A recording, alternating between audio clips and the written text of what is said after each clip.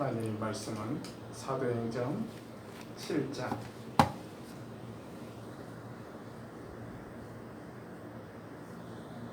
사도행전 7장 1절로 10절까지만 읽겠습니다.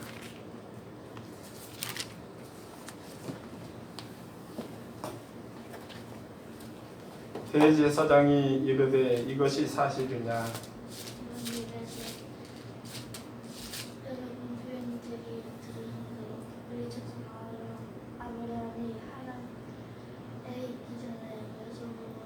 있을 때 영광의 하나님이 그에게 보여 이르시되 내 고향과 친척을 떠나 내가 내게 보일 땅으로 가라 하시니 아브라함이 갈대아 사람의 땅을 떠나 하란에 거하다가 그의 아버지가 죽음에 하나님이 그를 거기서 너희 지금 사는 이 땅으로 옮기셨느니라.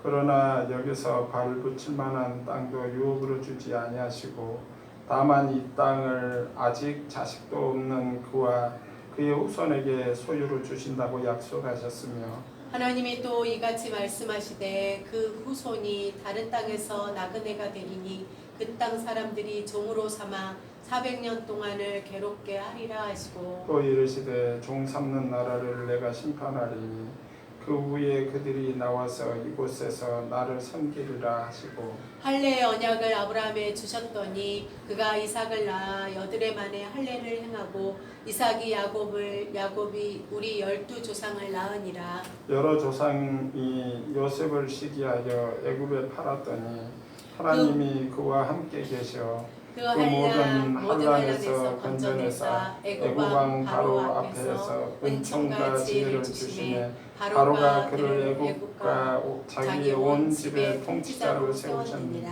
아멘. 스데반의 설교라는 제목으로 오늘 말씀을 함께 나누고자 합니다. 오늘 읽은 말씀을 보면 스데반의 설교라기보다 오히려 법정에 서 있는 변호라고 해야 될까 맞는 것 같습니다. 이 스데반이 법정에서 원래 범인으로 지목되어서 재판을 하게 되면 변호사를 세우든지 자기가 적극적으로 변론을 해야 됩니다. 그래서 변론을 하게 될 때 오해가 있습니다. 그 부분은 잘못되었습니다. 나는 하나님을 대적한 적도 없고 성전을 폄하한 적도 없습니다. 이렇게 자기를 적극적으로 변호해야 됩니다. 그러나 스데반의 변호를 보면 이것은 변호라기보다 오히려 설교에 가깝다는 것을 알 수 있습니다. 첫째는 역사적으로, 두 번째는 그들 조상에게 베푼 하나님의 은혜로, 그리고 그들이 하나님께 은혜를 받았으나 하나님 안에서 순종하며 산 것이 아니라 오히려 이방신들을 섬기고 하나님이 보내신 선지자들을 핍박하고 그들이 그렇게 자기 마음대로 살다가 하나님 앞에 징계를 받아서 바벨론 땅으로 끌려가게 되었고 또 그 이후에 하나님의 은혜를 베푸셔서 그 땅에 다시 돌아왔으나 그들이 하나님 앞에서 정신 차리지 못하고 다시 이방신들을 섬겨서 하나님의 분노를 일으켜 그들이 그렇게 이제 그 나라 땅에서 바르게 살지 못하고 핍박을 받고 로마의 압제 아래 살고 있다라고 설명하고 있습니다. 그러면서 스데반의 설교는 거기에서 끝난 것이 아니라 여러 부형들, 당신들은 지금 어떻습니까? 당신들은 지금 어떻게 살고 있습니까? 하나님께서 보내신 자, 하나님의 약속의 언약의 사람, 그런 예수님을 보내주셨는데, 구원의 주님을 보내주셨는데 당신들은 십자가에 그 주님을 못 받고 오히려 죽이지 않았느냐? 역대로 하나님의 이름으로 온 선지자가 핍박받지 아니한 선지자가 어디 있느냐? 이름을 대보시오. 한 사람도 없습니다.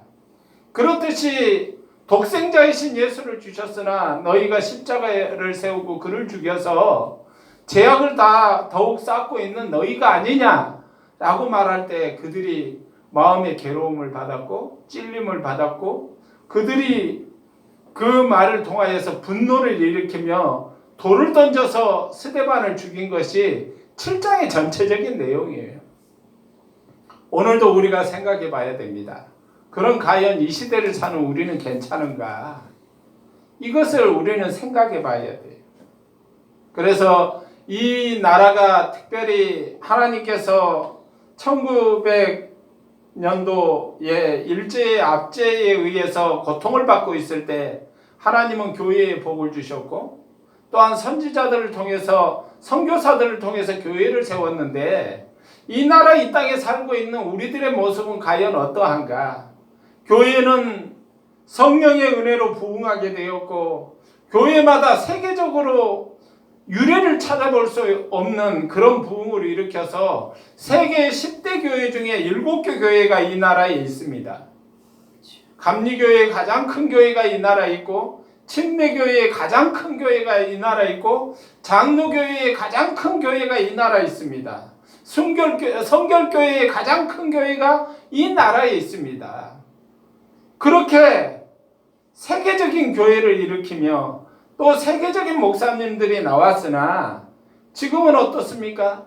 그들은 타락하게 되었고 변질되게 되었고 순종하지 아니하며 세상에서 지금은 업신여김을 받고 손가락질을 받고 또 오늘은 이렇게 코로나19 사태로 인하여서 특별히 종교 중에 교회만 비대면 예배를 드려라 이렇게 명령을 내렸고 또 다른 사찰에도 성당에도 코로나가 일어나니까 마지못해서 형평성이라는 이유를 들어서 다른 시설에도 비대면 예배를 드리시오 라고 말했으나 오늘날 교회는 여전히 사람들 사이에서 욕을 먹고 있고 또 사람들 사이에서 손가락질을 받고 있는 것이 현실이라는 사실이에요.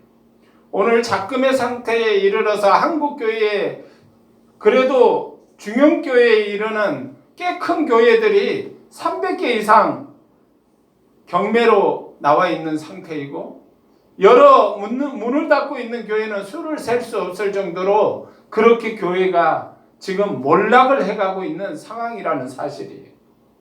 하나님 안에서 우리는 잊지 말아야 됩니다. 이것이 단지 정권이 입에 맞지 아니하니까 정권을 잡은 자의 그런 철학이 교회에 대하여 적개심을 가지고 있으니까 이렇다라고 핑계를 댈 것이 아니라는 사실이에요. 이 지경에 이르기까지 우리는 어떻게 살았습니까?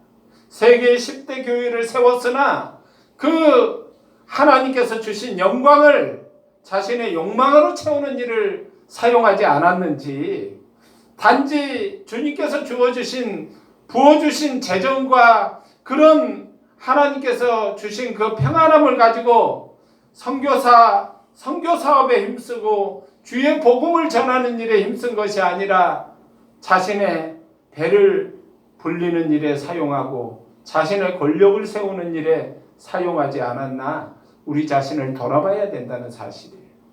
그래서 고난이 오면 이스라엘이 돌이켜서 하나님께 부르짖고 다시 과거로 돌아가 은혜의 자리로 돌아가고 예배를 회복하고 제사를 회복했던 과거의 이스라엘 사람들처럼 오늘 우리도 돌아가야 될 자리가 어디인가를 깨달아야 하며 돌아가서 다시금 부르짖어 찾아야 할 그 이름이 무엇인가를 깨달아야 된다는 사실입니다. 예배가 무엇입니까? 하나님께로 돌아가는 것입니다. 예배가 무엇입니까? 회개하는 자리로 돌아가서 자신의 처절한 상황을 깨닫고 눈물로 침상을 띄웠던 다윗과 같이 우리에게 눈물의 기도가 있어야 된다는 사실을 우리는 깨달아야 된다는 사실입니다. 그렇지 않다면 예수님을 십자가에 못 박고 수많은 교회를 핍박하였던 예루살렘의 모습이 그 이후에 어떠했습니까? 그들은 다시 이스라엘이라는 이름으로 나라를 세우지 못하고 뿔뿔이 흩어져서 2000년 동안이나 방황하는 나라가 없는 민족으로, 그래서 러시아의 소수민족으로, 일본의 조금, 또 미국의, 영국의 수많은 나라로 흩어졌던 이스라엘이 그 역사를 가지고 있습니다. 그들은 1968년도에 이제 다시 은혜를 입어서 예루살렘을 중심으로 이스라엘을 선포하게 되었고, 끊임없는 전쟁을 통하여서 그 나라를 이스라엘이라는 국호를 다시 세우게 되었고, 오늘날 많은 갈등이 있으나 그러나 하나님의 보호하심 아래서 그 나라를 세워가고 있다는 사실을 우리는 깨달아야 됩니다. 하나님 안에서 오늘 우리의 모습이, 우리는 생각하기를 우리는 대한민국은 영적 이스라엘입니다 라고 말하지만 이스라엘과 똑같은 재해 전철을 밟고 있고 이스라엘과 똑같은 타락의 전철을 밟고 있었던 것이 우리들의 모습이 아니냐 이 말이죠. 오늘 이 사도행전 7장의 말씀 스데반의 설교는 오늘 우리에게 주는 하나님의 메시지라는 사실을 깨달을 때 우리는 새로워져야 됩니다. 그래서 성경은 말하기를 모이기는 패하는 어떤 사람들의 습관과 같이 그렇게 흩어져서 있지 말고 하나님께로 주일마다 모이고 하나님께로 예배마다 모이고 하나님께로 나와서 통회하고 잡아가는 기도의 자리로 모이라 라고 주님은 말씀하고 있습니다. 그러나 여전히 이 코로나19로 우리는 모이지 못합니다. 우리는 기도하지 못합니다. 우리는 하나님께 나가지 못합니다. 그렇게 우리는 이런저런 핑계를 대면서 하나님 앞에 모이지 못하는 것이 우리의 현실 아닙니까? 여러분, 은혜 받은 자는 모이기를 원합니다. 주의 말씀을 들은 자는 모이기를 원합니다. 그래서 우리가 거리를 뛰어서 앉더라도 오히려 입에 마스크를 쓰고 앉아서 예배를 보더라도 예배를 드리더라도 하나님 앞에 드려지는 예배가 되고 주님은 우리 예배를 받으실 것이며 그 예배 가운데 하나님은 역사하실 것이라는 사실을 잊지 마시기 바랍니다. 하나님 안에서 이 사실을 잃어버릴 때 우리는 아무것도 회복될 수 없다는 사실이에요. 스데반을 보십시오. 법정에 억울하게 세워졌습니다. 거짓 증인들에 의해서 고발당했습니다.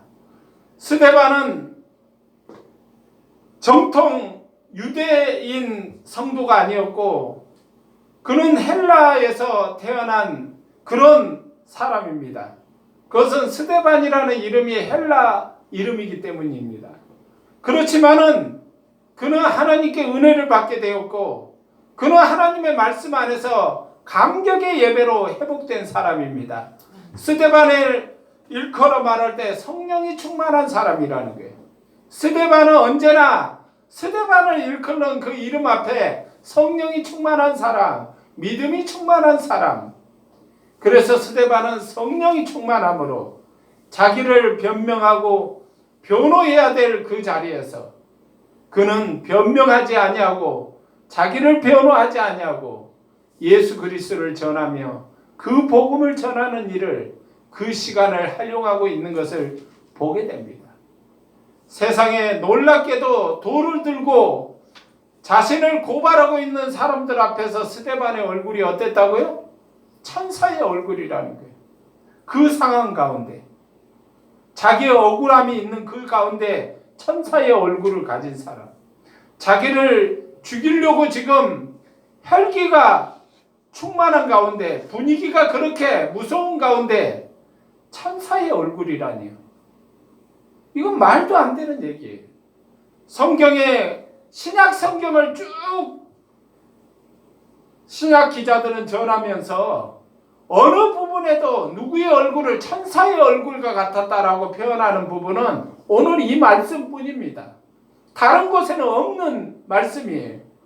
다만 이 스데반이 억울하게 재판을 받는 그런 가정 속에서 스데반의 얼굴은 천사의 얼굴과 같았다는 거예요. 여러분의 얼굴은 어떻습니까? 서로 쳐다보시기 바랍니다. 과연 천사의 얼굴인지 아니면 조금 예쁜 얼굴인지 아니면 짜증난 얼굴인지 화가 나 있는 얼굴인지 우리들의 자아상을 거울로 비춰볼 때 우리들의 모습은 과연 충만한 모습인가? 하나님의 은혜를 받은 모습인가? 우리는 재판을 받는 자리에 있지 않습니다. 우리는 억울한 일을 당하고 있지 않습니다. 그럼에도 불구하고 우리의 모습이 천사의 얼굴과 같아야 되는데 그렇지 못하다면 얼굴을 밝게 하시기 바랍니다. 은혜 안에 거하시기 바랍니다. 아멘. 주님께서 주시는 그 은혜 안에서 날마다 여러분들이 새로워지시기 바랍니다. 그들은 찔림을 받았습니다. 베드로가 설교할 때 사도행전에 보면 사람들은 찔림을 받아서 형제여 어찌할꼬 하면서 3,000명이 돌아왔다는 거예요. 오늘 이 찔림을 받은 사람들은 다른 형태로 그들의 행동을 나타내는 것을 보게 됩니다. 그래서 그들이 손에 든 돌을 던졌다는 사실이에요. 예수님 앞에 가늠하다 끌려온 여자들 똑같이 그들의 손에 돌이 들려 있었으나 예수님께서 죄 없는 자 먼저 던지라 라고 말할 때 그들은 다 양심의 가책을 받아서 돌아가게 되었다 라고 설명하지만 오늘 스데반 앞에 있는 그들의 모습은 그들이 돌을 던져서 그들이 도저히 스데반의 설교를 그냥 들을 수가 없어서 귀를 막고 소리를 지르면서 흥분한 상태로 돌아가게 되었고 그들은 돌을 던져서 스데반을 죽이는 자리에 있게 되었다는 사실이에요. 그렇습니다. 찔림을 받아도 두 가지 형태로 나타나는 것을 보게 됩니다. 회개하고 돌아오든지 아니면 더 이상 듣기 싫어서 야수로 변하고 짐승으로 변하는 그런 모습입니다. 오늘 스데반의 설교를 들은 사람들은 너무나 큰 충격을 받았고 너무나